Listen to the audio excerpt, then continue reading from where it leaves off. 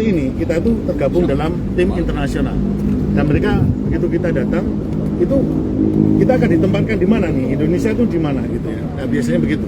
Nah, harapan kita tidak dipisah dari 3 tim ini, di kota A, di kota B, di kota ini. Selamat malam Tribuners, bersama saya Tria Wulandari. Inilah update berita terkini yang dilaporkan langsung reporter Tribun Network dari lapangan. Seperti ini, kita itu tergabung dalam tim internasional. Dan mereka begitu kita datang, itu kita akan ditempatkan di mana nih? Indonesia itu di mana gitu ya. Nah, biasanya begitu.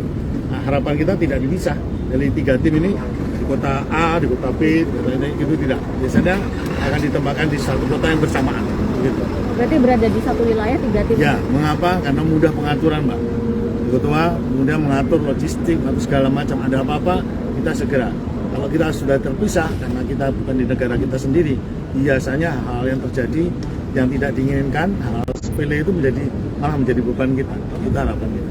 Pak, untuk personil semua jumlah ada berapa banyak dan alat-alat yang dipergunakan nanti untuk di sana apa Pak kira-kira? 47 Mas, ya 42 dari kita, kemudian 4 dari K9. K9 ini pasti akan sangat bermanfaat karena ini udah seperti kejadian kemarin di di Cianjur, dan kemudian 1 orang dari RSCM ya berkualifikasi doktor gitu. Jadi tim kita dari Basarnas itu, sedangkan tim inti itu di bawah kendali BNPB ya, BNPB, dan di dalamnya juga kita ada Basarnas, BNPB, ada dari kesehatan dan sosial, itu ikut semuanya. Pak, ini kan udah lewat golden time Pak, jadi Ya. ada perubahan mekanisme penyelamatan nggak? Ya. Seperti apa? Kita hanya mengharapkan itu terjadi miracle, keajaiban. Kita Basarnas itu kualifikasinya itu internasional. Kita punya peralatan yang canggih.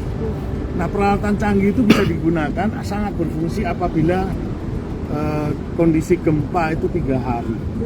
Jadi kemungkinan orang yang masih di dalam reruntuhan itu 3 hari itu masih bisa hidup. Kenapa 3 hari?